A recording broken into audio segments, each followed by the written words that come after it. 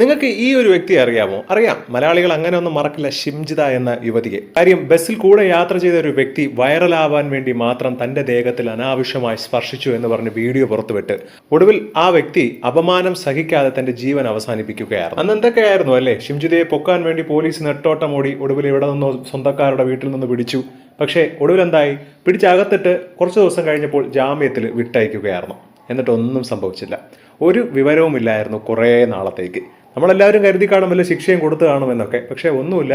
പുള്ളിക്കാരി ഇപ്പോഴും അന്തസ്സോടെ സോഷ്യൽ മീഡിയയിൽ ഒരു ഉളുപ്പുമില്ലാതെ വീഡിയോകളൊക്കെ ചെയ്ത് സോഷ്യൽ മീഡിയ ഇൻഫ്ലുവൻസർ, ട്രാവലർ എന്നൊക്കെ പറഞ്ഞ് കുറേ വീഡിയോകൾ ഇപ്പോഴും ഇടുന്നുണ്ട്. നഷ്ടപ്പെട്ടവന്റെ വീട്ടുകാർക്ക് സ്വന്തം മകൻ പോയി, അത്രയേ ഉള്ളൂ. അതിൽ കൂടുതലൊന്നും സംഭവിച്ചില്ല. നമ്മുടെ നാട്ടിലെ നിയമമാണ് ഇതിൽ എടുത്തു കാണിക്കുന്നത്. ഇനി ഇവളെക്കുറിച്ചൊക്കെ ആരെങ്കിലും വീഡിയോ ചെയ്താൽ ആ വീഡിയോയ്ക്ക് താഴെ വന്ന് ഓരോ കമന്റ് ഇടുക, അല്ലെങ്കിൽ അവരുടെ പേജിൽ കയറി അവർക്ക് മെസ്സേജ് അയക്കുക.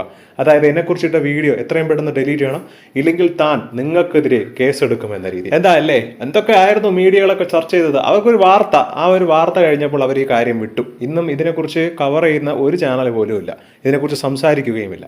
ഷിംജിത ഇപ്പോൾ അന്തസ്സോടെ ആരും ഒരു തെറ്റും ചെയ്തിട്ടില്ല എന്ന് പറഞ്ഞ വ്യക്തിയെ പോലെയാണ് ഇന്നും സമൂഹത്തിൽ ജീവിച്ചുകൊണ്ടിരിക്കുന്നത്. എന്താണ് ഇതിനെക്കുറിച്ചുള്ള നിങ്ങളുടെ അഭിപ്രായമെന്ന് ഒന്ന് മറക്കാതെ കമന്റ് ചെയ്യുക. ഒപ്പം ഈ വീഡിയോ ഒന്ന് ഹൈപ്പ് ചെയ്ത് സപ്പോർട്ട് ചെയ്യുക.